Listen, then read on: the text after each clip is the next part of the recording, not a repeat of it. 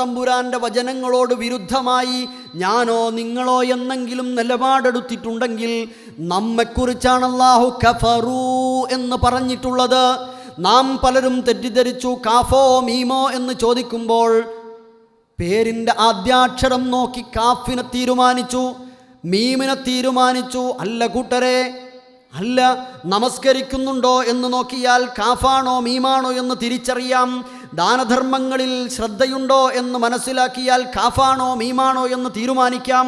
അതാണ് പടച്ച തമ്പുരാൻ യാസീനിലൂടെ പഠിപ്പിച്ചത്. യാസീൻ ഓതി തീർത്തു പോകുമ്പോൾ ഇതിൽ എന്നെ ശാക്തീകരിക്കേണ്ട, എൻ്റെ നേർക്ക് വിരൽ ചൂണ്ടുന്ന ഈ വചനമുണ്ടെന്ന് നമ്മുടെ മനസ്സിലുണ്ടാകണം. ഞാൻ നൽകണം. എൻ്റെ അയൽപ്പക്കത്ത് പ്രയാസപ്പെടുന്ന ആളുകൾ ഉണ്ടെങ്കിൽ, എന്നിട്ട് ഇവർ ചോദിക്കുന്ന എന്താ അറിയോ? ഈ ആളുകളുടെ ചോദ്യം, ഞങ്ങളങ്ങ് മരിച്ച നിങ്ങൾ ഈ പറയുന്ന മരണം, നിങ്ങൾ ഈ പറയുന്ന ഖിയാമത്ത്, നിങ്ങൾ ഈ പറയുന്ന സ്വർഗനരകം, രക്ഷാശിക്ഷ, എന്താണിതൊക്കെ? അങ്ങനെയൊന്നും ഇല്ല എന്ന് അന്ത്യദിനത്തെയും മരണത്തെയുമൊക്കെ തള്ളിപ്പറയുക. ഖുർആൻ ഒരുപാട് സ്ഥലങ്ങളിൽ ചോദിച്ചിട്ടുണ്ട്. മരണത്തെക്കുറിച്ചൊന്ന് ആലോചിച്ച് നോക്കൂ നിങ്ങൾ. മരിക്കാതെ നിൽക്കുമോ ആരെങ്കിലും? നമുക്ക് ഉറപ്പല്ലേ? എന്നാലും പ്രവാചകനെ ഉയർത്തി നമുക്കൊരു വരി, ഒരു പ്രവാചകനെ സംബന്ധിച്ച് വന്ന ഒരു ഭാഗം, വലൗ കാനത്തിദ് ദുനിയാ തദൂമു ലിവാഹിദിൻ ലകാന റസൂലുള്ളാഹി ഫീനാ മുഖല്ലദൂ. ഏതെങ്കിലും ഒരാൾക്ക് വേണ്ടി ദുനിയാവ് നിലനിൽക്കുമായിരുന്നെങ്കിൽ, അഥവാ മരണപ്പെടാതെ ആരെങ്കിലും നിൽക്കുമായിരുന്നെങ്കിൽ അത് നമ്മുടെ മുത്ത് മുഹമ്മദ് മുസ്തഫ സ്വല്ലല്ലാഹു അലൈഹി വസല്ലമ മാത്രമാകുമായിരുന്നു എന്ന്. അല്ലേ? സത്യമായും മരണപ്പെട്ടു പോകും. നമ്മൾ എന്ത് കോപ്പുകൾ ഒരുക്കു കൂട്ടിയാലും ശരി, നുഴിദ്ദുൽ മശ്റഫിയ്യത വൽ അവാലി وتقتلنا المنون بلا قتال. എന്തെല്ലാം ആയുധങ്ങളും സന്നാഹങ്ങളും കോപ്പുകളും മരുന്നുകളും ഓപ്പറേഷനുകളും നടത്തിയാലും ശരി, യാതൊരു യുദ്ധവുമില്ലാതെ മരണം നമ്മെ പിടികൂടും കേട്ടോ എന്ന്. പക്ഷേ ഒരു കാര്യം, അൽ മൗതു ബാബുൻ വകുല്ലുൻ നാസി ദാഖിലുഹു. എല്ലാവരും മരണമെന്ന കവാടത്തിലൂടെ കടന്നു പോകും. പക്ഷേ ഒരു കാര്യം മാത്രമേ സംശയമുള്ളൂ, ഫയാ ലൈത ശഅരി ബഅദൽ മൗതി മദ്ദാറു. മരണത്തിന് ശേഷം എൻ്റെ ഭവനമേതായിരിക്കും? അതുമാത്രമേ പിന്നെ ആലോചിക്കാനുള്ളൂ കൂട്ടരെ. എവിടെയായിരുന്നാലും മരിക്കും. യാതൊരു ശ്രദ്ധയില്ലാതെ, ലക്കും ലഗാനും ഇല്ലാതെ പോകുന്ന ആളുകളോട് ചോദിക്കുക ഒരു കവി, റുവൈദക യാ ഇൻസാനു ഐന തുസാരിഉ വറാഅക മൗതുൽ ലൻ തറാഹാ തതാബഉ. ധൃതിപ്പെട്ടു പോകുന്ന മനുഷ്യ, നീ എങ്ങോട്ടാണ് ഈ ഓട്ടമോടുന്നത്? നിന്റെ തൊട്ടുപിന്നിൽ നിന്നെ പിടികൂടാനുള്ള മരണമുണ്ട്. വലൗ കുന്ത ഫീ ബുർജിൻ ശദീദിൻ ബിഹാരിസിൻ തമസ്സുക ഐദിൽ മൗതി മാ അൻത മാനിഉ. നീ എത്രയേറെ ശക്തമായ മണിമാളികക്കുള്ളിലാണെങ്കിലും ശരി, മരണത്തിൻ്റെ പിടിയിൽ നിന്ന് നിനക്ക് തടയാൻ യാതൊരു വിധത്തിലും കഴിയുകയില്ല കേട്ടോ. മരണമെന്ന ഓർമ്മ വേണം. മാളികപ്പൊൻ തട്ടിലേറി മതിമതിച്ചു സുഖിച്ചു വാഴും മനുഷ്യ, നിന്റെ മനസ്സിലൊരു ചിന്ത വേണം. മലക്കുൽ മൗത്ത് അസ്റായിലെത്തും ഓർമ്മ വേണം. 6 അടി മണ്ണിലാണ് വാസം, അന്ന് പള്ളിക്കാട്ടിലാണ് താമസം. കൂട്ടരെ ഓർത്തു നോക്ക്, ആരാണ് ഞാൻ? ഒരു ദിവസം ഇക്കാക്കയില്ലാതെ വീട്ടിൽ രാത്രിയിൽ അന്തി ഉറങ്ങേണ്ടി വന്നാൽ, ഒരു തേക്കിൻ്റെ ഇല മരത്തിൻ്റെ മുകളിൽ നിന്ന് താഴെ കുണങ്ങിയത് വീഴുമ്പോൾ ഉണ്ട ഭയപ്പാടുണ്ടല്ലോ, അതിന് വല്ലാത്തൊരു ശബ്ദം. ആ തേക്കിൻ്റെ ഉണങ്ങിയ ഇല വീഴുമ്പോൾ 4 ആൾക്കാർ നടന്നു വരുന്ന പോലെ തോന്നും. എത്രമാത്രം വിറച്ചിട്ടുണ്ടാകും ആ റൂമിൻ്റെ ഉള്ളിലിരുന്നിട്ട്. ഉമ്മമാരെ ഒന്ന് ആലോചിച്ച് നോക്ക്.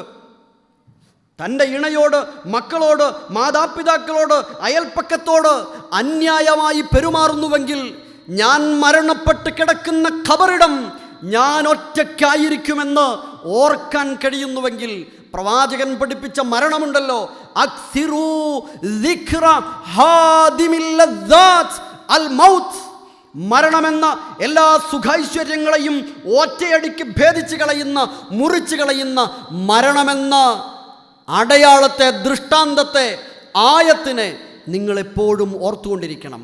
ഞാനിപ്പോൾ മരിച്ചേക്കാം എന്ന് ചിന്തയുള്ളവൻ ഒരു കാരണവശാലും തെറ്റായ മാർഗത്തിലേക്ക് സഞ്ചരിക്കുകയില്ല. അതുകൊണ്ട് നമ്മുടെ മനസ്സിൽ മരണചിന്ത എപ്പോഴും ഉണ്ടായിരിക്കണം. വിശുദ്ധ ഖുർആൻ പഠിപ്പിച്ചത് അങ്ങനെയാ, എല്ലാവരും മരണപ്പെടും എന്ന്. സഹോദരങ്ങളെ, സഹോദരികളെ, നമുക്ക് അവസാനിപ്പിക്കാൻ സമയമായി. അവസാനമായി 55 മുതൽ 57 വരെയുള്ള വചനങ്ങളിലൂടെ പടച്ച തമ്പുരാൻ സ്വർഗാവകാശികളെ സംബന്ധിച്ചാണ് പറയുന്നത്. അവസാനിപ്പിക്കാനായി, ഭയപ്പെടണ്ട, തീരാറായി. സ്വർഗാവകാശികളെ സംബന്ധിച്ച് പറയാം. 55 മുതൽ 57 വരെയുള്ള വചനങ്ങളിൽ ഞാനും നിങ്ങളും അള്ളാഹുവിൻ്റെ സ്വർഗം ലഭിക്കുന്ന അതിഭാഗ്യവാന്മാരുടെ കൂട്ടത്തിൽ ഉൾപ്പെടണം. അള്ളാഹുവേ, റഹ്മാനായ റബ്ബേ, ഞങ്ങൾക്ക് നീ അതിന് തൗഫീഖ് പ്രദാനം ചെയ്ത് അനുഗ്രഹിക്കണമേ.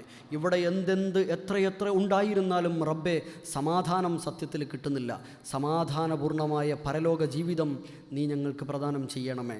നിൻ്റെ സ്വർഗീയ സുഖൈശ്വര്യങ്ങൾ അനുഭവിക്കാൻ കഴിയുന്ന കുടുംബങ്ങളിൽ, ആളുകളിൽ, വിശ്വാസികളിൽ, ഭാഗ്യവാന്മാരിൽ, ഭാഗ്യവതികളിൽ ഈ ഉള്ളവരെയും ഞങ്ങളുടെ കുടുംബങ്ങളെയും ഒക്കെ നീ ഉൾപ്പെടുത്തി അനുഗ്രഹം ചൊരിയണം റഹ്മാനെ. ശുദ്ധ ഖുർആനിലെ 36-ാം അധ്യായം സൂറത്ത് യാസീനിലെ 55 മുതൽ 57 വരെയുള്ള വചനങ്ങൾ നോക്ക്. നിങ്ങൾ ഓതേണ്ടത് എങ്ങനെയാണെന്ന് കേൾക്കുകൂടെ ചെയ്യാം.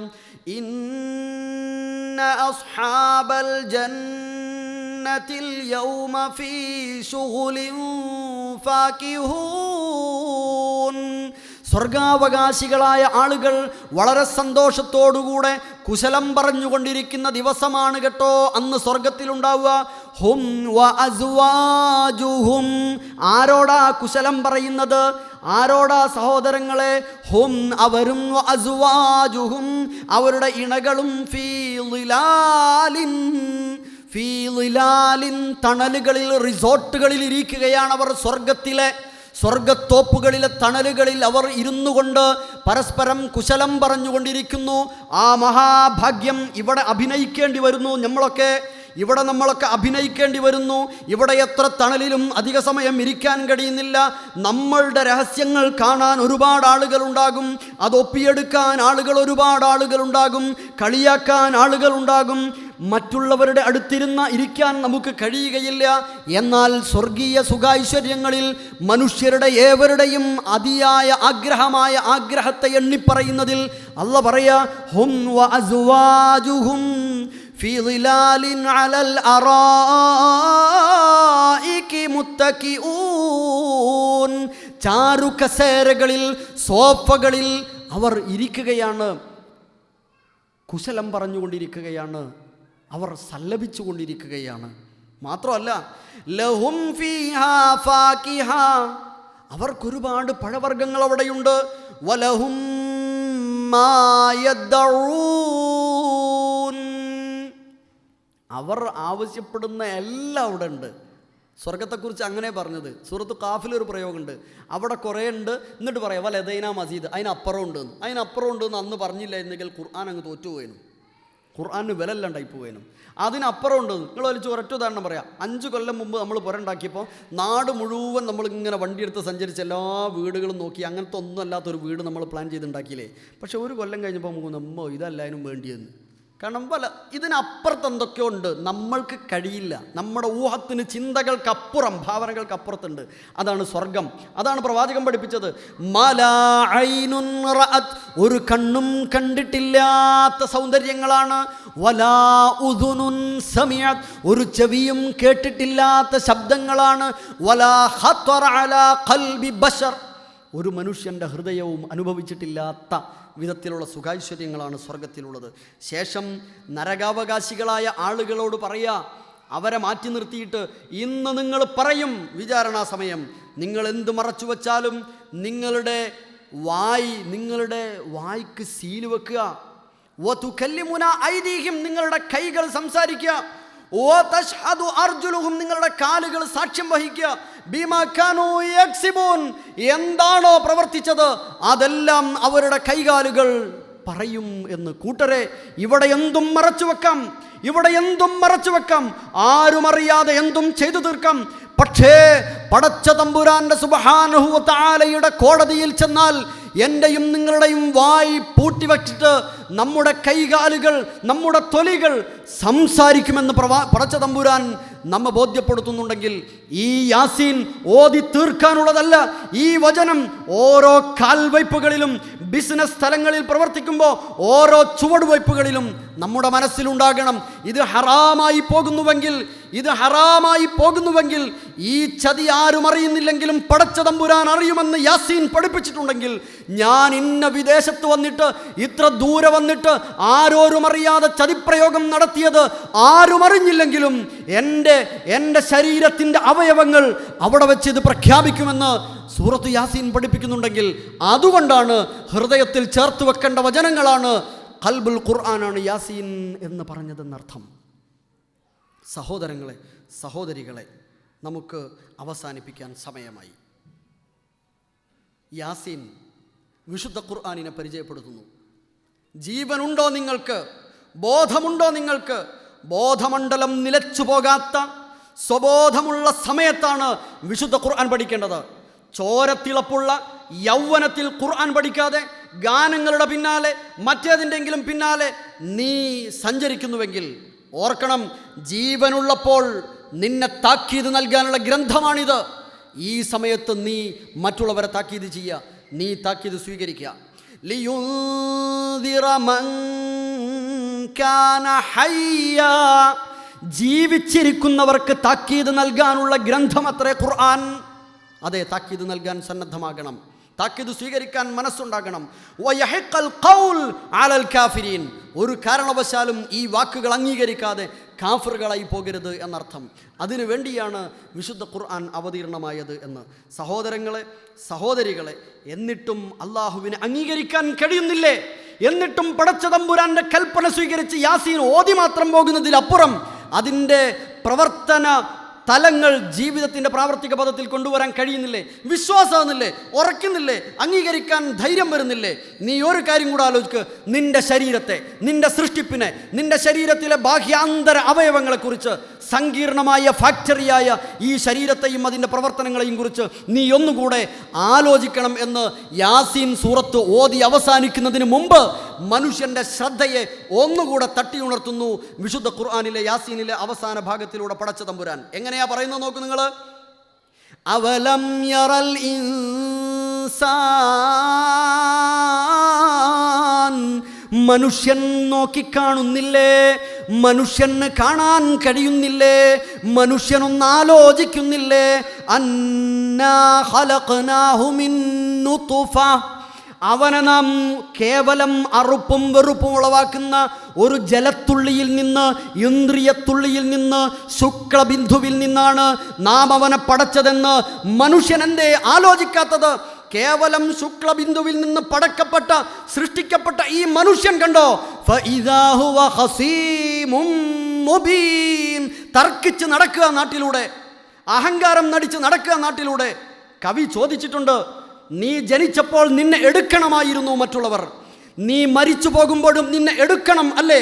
പക്ഷേ ഇങ്ങനെ ജനിച്ചപ്പോൾ എടുക്കേണ്ടിയിരുന്ന, മരണപ്പെടുമ്പോഴും എടുക്കേണ്ടി വരുന്ന നീ ഈ ജനനത്തിനും മരണത്തിനുമിടക്ക് അല്പകാലം നീ സ്വന്തം രണ്ട് കാലിൽ എഴുന്നേറ്റ് നടന്നു എന്നതിൻ്റെ പേരിൽ അഹങ്കരിക്കാൻ അവകാശമുണ്ടോ മനുഷ്യ എന്ന്? ഉണ്ടോ? അഹങ്കരിക്കാൻ അവകാശമുണ്ടോ? ആരായിരുന്നു? ഇന്ദ്രിയത്തുള്ളിയിൽ നിന്ന് പുറത്തു വന്നപ്പോൾ പടിപടിയായി ആദ്യ സന്ദർഭത്തിൽ മുലപ്പാൽ മാത്രമേ പറ്റുള്ളൂ. പിന്നെ കുറേ കൂടെ കഴിഞ്ഞപ്പോൾ മുലപ്പാൽ തന്നെ മാറി. 2-ാം ദിവസം മുതൽ തന്നെ മുലപ്പാലിൻ്റെ എല്ലാ രീതിയും മാറിക്കഴിഞ്ഞു, പോഷകം മാറിക്കഴിഞ്ഞു. അവിടെ നിന്ന് കുറച്ചുകൂടെ കഴിഞ്ഞാൽ ചവച്ചരച്ചത് കഴിക്കാം, പിന്നെ കട്ടിയുള്ളത് കഴിക്കാം, പിന്നെ സ്വന്തം എടുത്ത് കഴിക്കാൻ തുടങ്ങി. എന്നിട്ട് കക്കാൻ തുടങ്ങിയോ നീ എന്നാണ് ചോദ്യം. നിന്റെ ആദ്യ അവസ്ഥ ആലോചിക്കണം. സൂറത്തുൽ ഇൻസാനിൽ ചോദിക്കുന്നുണ്ട്, 36 വയസ്സായ ഈ നൗഷാദ് ചോദിക്കണം, എന്നോട് ചോദിക്കണം, 36 വർഷം മുമ്പ് നീ എന്തായിരുന്നു എന്ന്. ഇത് ഇൻസാൻ എന്ന അധ്യായത്തിലെ ആദ്യം ചോദിക്കുന്ന ചോദ്യം യാസീനിനോട് ചേർത്ത് വെക്കണം. ഹൽ അതാ അലൽ ഇൻസാൻ, മനുഷ്യന്റെ മേൽ കഴിഞ്ഞു പോയിട്ടില്ലേ, ഹീനും മിനദ്ദഹർ, ഒരു കാലം, ലം യകുൻ ശൈഅൻ മദ്കൂറാ, അവൻ പറയപ്പെടാവുന്ന ഒന്നുമായിരുന്നില്ല, എന്നിട്ട് ഇപ്പോൾ അഹങ്കരിച്ച് നടക്കുന്നുവല്ലേ എന്ന്. നോക്കൂ നിങ്ങൾ, ഇനിയും പടച്ച തമ്പുരാനെ അംഗീകരിക്കാൻ കഴിയുന്നില്ലെങ്കിൽ, നിന്നെക്കുറിച്ച് ആലോചിച്ചിട്ടും മനസ്സിലാക്കാൻ കഴിഞ്ഞില്ലെങ്കിൽ ഒരു കാര്യം കൂടെ ആലോചിക്ക്. നീ അധിവസിക്കുന്ന ഭൂമിയും ആകാശവും, അവലൈസല്ലദീ ഖലഖസ്സമാവാതി വൽ അർള്, ഈ ആകാശത്തെയും ആകാശങ്ങളെയും ഭൂമിയെയും ഒക്കെ സൃഷ്ടിച്ചവൻ, ബിഖാദിരിൻ അലാ അൻ യഖ്ലുഖ മിസ്ലഹും, ഇവരെ പോലെ ഇനിയും ഇവരെ വേറെയൊന്നായി ഉണ്ടാക്കാൻ അല്ലെങ്കിൽ പുനർജന്മം നടത്താൻ കഴിയില്ലെന്ന് തോന്നുന്നുണ്ടോ? ഞാൻ മരിച്ച കാര്യങ്ങളൊക്കെ കഴിഞ്ഞു തോന്നുന്നുണ്ടോ? ഇല്ല, അങ്ങനെ ചിന്തിക്കേണ്ടതില്ല. ബലാ വഹുവൽ ഖല്ലാഖുൽ അലീം, അവൻ നന്നായി സൃഷ്ടിക്കാൻ കഴിയുന്നവനാ, എല്ലാം അറിയുന്നവനാ. അവനെ സംബന്ധിച്ചിടത്തോളം ഒരു കാര്യം ഉണ്ടാകുമെന്ന് പറഞ്ഞാൽ ഉണ്ടാകും, അത്രയും കഴിവുറ്റവനാണ് പടച്ച റബ്ബ് സുബ്ഹാനഹു വ തആല. അതുകൊണ്ട് യാസീൻ അവസാനിക്കുമ്പോഴേക്ക്, യാസീൻ സൂറത്ത് അവസാനിക്കുമ്പോഴേക്ക് ഈ പ്രഖ്യാപനം നടത്താൻ നിനക്ക് കഴിയണം. ഓരോ മനുഷ്യരെയും ഉണർത്തുക പടച്ചോൻ. യാസീൻ സൂറത്ത് ഓതി വായിച്ച് പഠിച്ച് തീരുമ്പോൾ നിനക്ക് ഈ വചനം പ്രഖ്യാപിക്കാൻ കഴിയണം. ഈ സദസ്സ് അത് പ്രഖ്യാപിച്ചാണ് പിരിഞ്ഞു പോകുന്നത് എന്ന് ഞാൻ വിശ്വസിക്കുന്നു. ഞാനതൊന്നും കൂടെ ആവർത്തിക്കുന്നു എന്ന് നിങ്ങളും ഇത് ആവർത്തിക്കേണ്ടവരാണ്. അഥവാ നമുക്ക് പ്രഖ്യാപിക്കാൻ കഴിയണം. ഇങ്ങനെയൊക്കെ യാസീൻ ഇങ്ങ് വായിച്ചു നോക്കുമ്പോൾ പറയേണ്ട ഒരു പ്രയോഗമാണ്, ഫസുബ്ഹാനല്ലദീ ബിയദിഹി മലകൂതു കുല്ലി ശൈ,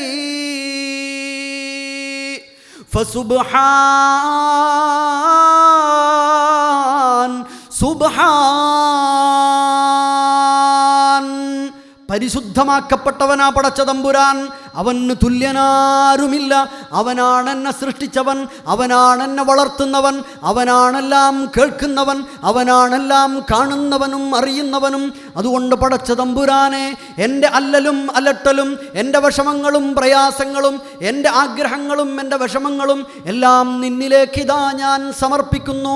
അലൈക തവക്കൽ, നിന്നിലേക്കിതാ ഞാനെല്ലാം സമർപ്പിക്കുന്നു. ഏത് പ്രയാസം വന്നാലും ഇബ്രാഹിം നബി അഗ്നിയെ തണുപ്പാക്കിയതുപോലെ തവക്കൽതു അലല്ലാഹ് ഹസ്ബിയല്ലാഹ് വ നിഅമൽ വകീൽ, സമുദ്രത്തെ മരുഭൂമിയാക്കിയ മൂസ അലൈഹിസ്സലാത്തു വസ്സലാം പറഞ്ഞതുപോലെ നമുക്ക് അല്ലാഹു ഉണ്ട്, അവനിൽ തവക്കുൽ ചെയ്യാം എന്ന് പറഞ്ഞതുപോലെ ജീവിതത്തിലെ പ്രയാസങ്ങളും പരിവട്ടങ്ങളും വന്നപ്പോൾ ഞങ്ങളെന്ത് ചെയ്യും എന്ന് ചോദിച്ചപ്പോൾ പരലോകത്തിൻ്റെ അവസാന സമയത്തുണ്ടാകുന്ന ഖിയാമത്ത് നാളിലെ ഊത്തിനെ സംബന്ധിച്ച് കേൾക്കുമ്പോൾ ഞങ്ങളോടെന്ത് പറയാനുണ്ടെന്ന് ചോദിച്ച സഹാബത്തിനോട് പ്രവാചകൻ പറഞ്ഞ ഖൂലൂ ഹസ്ബുനല്ലാഹ് വ നിഅമൽ വകീൽ, ഞങ്ങൾക്കല്ല മതി, അവനാഭരമേൽപ്പിക്കാൻ ഏറ്റവും ഉത്തമൻ എന്ന് പ്രഖ്യാപിക്കണം. യാസീൻ കഴിയുമ്പോൾ ഈ ഒരു അചഞ്ചലമായ അടിയുറച്ച തൗഹീദിൻ്റെ വിശ്വാസം എനിക്കും നിങ്ങൾക്കും നമ്മുടെ ഉമ്മമാർക്കും നമ്മുടെ മക്കൾക്കും ഉണ്ടാകണം. ഫസുബ്ഹാനല്ലദീ, ആരാണ് സുബ്ഹാൻ? ബിയദിഹി മലകൂതു കുല്ലി ശൈ, സർവ്വതിൻ്റെയും ഉടമസ്ഥാവകാശം അവനത്രേ. അതുകൊണ്ട് അവൻ സുബ്ഹാനാണ്.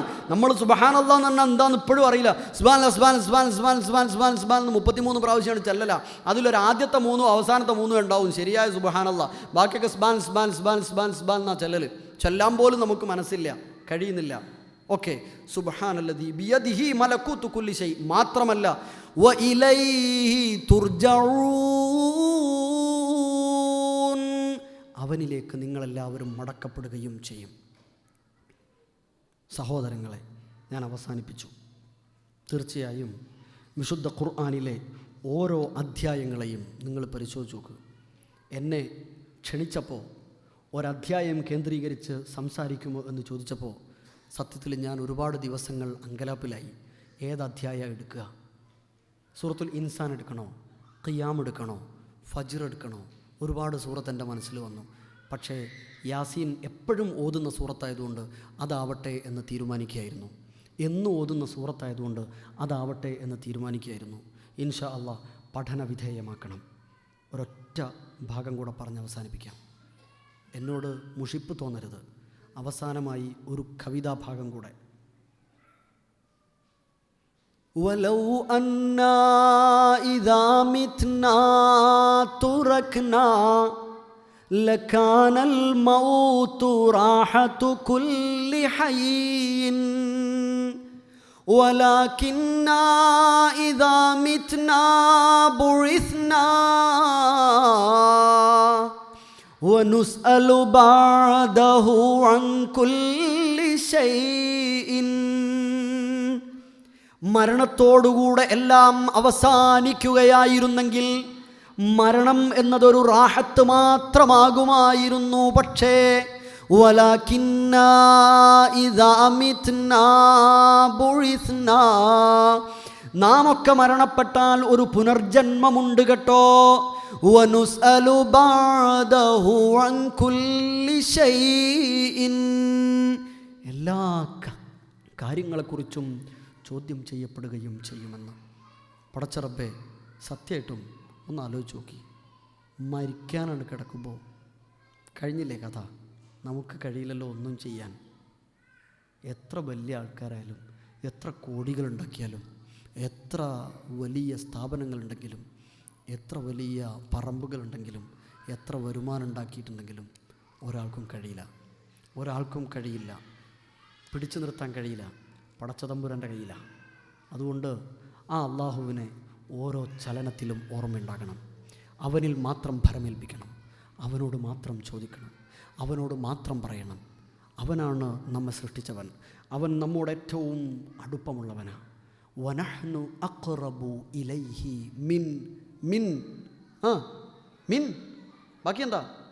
ഹബ്ലിൽ വരീദ്. കണ്ഠനാടിയേക്കാൾ അടുത്തവൻ അവനാ. അതുകൊണ്ട് അവനോട് ചോദിക്കാം. അള്ളാഹുവേ, ഞങ്ങളിൽ നിന്ന് വന്നുപോയ തെറ്റുകുറ്റങ്ങൾ പുറത്തു മാപ്പാക്കി തരണം റഹ്മാനെ. സുബ്ഹാനായ റഹ്മാനായ ജല്ല ജലാലായ അസീസും ഗഫാറുമായ റഹ്മാനെ, പടച്ച റബ്ബേ, ഞങ്ങളെ നന്മയുടെ ആളുകളാക്കി മാറ്റണം റഹ്മാനെ. നന്മ കേൾക്കുമ്പോൾ സ്വീകരിക്കുന്ന, തിന്മയുണ്ടെന്നറിഞ്ഞാൽ വർജിക്കാൻ കരുത്ത് കാണിക്കുന്ന വിശ്വാസിനികളുടെ കൂട്ടത്തിൽ ഞങ്ങളെ നീ ഉൾപ്പെടുത്തണം റഹ്മാനെ. ഞങ്ങളുടെ ഈ പ്ലാറ്റ്ഫോമിൽ നിന്നുള്ള ഈ പ്രവർത്തനങ്ങളെല്ലാം, ഞങ്ങൾ ചെയ്യുന്ന എല്ലാ പ്രവർത്തനങ്ങളും, എല്ലാ സൽപ്രവർത്തനങ്ങളും നീ പരലോകത്ത് ഞങ്ങളുടെ ഖദ്ദമു ആസാർ എന്നീ 2 രേഖകളിലായി രേഖപ്പെടുത്തണം റഹ്മാനെ.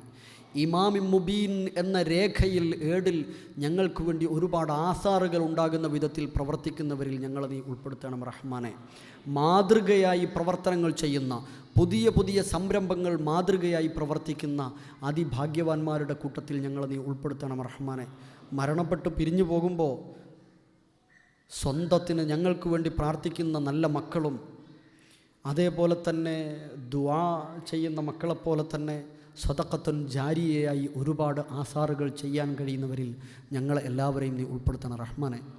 മാരകമായ രോഗങ്ങൾ കൊണ്ടും അപകടങ്ങൾ കൊണ്ടും പ്രയാസപ്പെടുന്ന ഒരുപാട് ആളുകൾ ഞങ്ങളുടെ കുടുംബത്തിൽ പലരുണ്ട് റഹ്മാനെ. അവർക്കെല്ലാം നീ സമാധാനം, ശിഫ പ്രദാനം ചെയ്യണം റഹ്മാനെ. മരണവും ജീവിതവുമല്ലാതെ കിടക്കുന്ന ഒരുപാട് ആളുകൾ മാസങ്ങളായി, വർഷങ്ങളായി റഹ്മാനെ, നീയാണ് ശിഫ നൽകുന്നവൻ. ലാ കാശിഫ ഇല്ല അന്ത, നീയല്ലാതെ മറ്റാരും ശിഫ നൽകാനില്ല. അവർക്ക് ജീവിതമാണ് നന്മയെങ്കിൽ നീ അവരെ എളുപ്പമുള്ള ജീവിതത്തിലേക്ക് നയിക്കണം റഹ്മാനെ.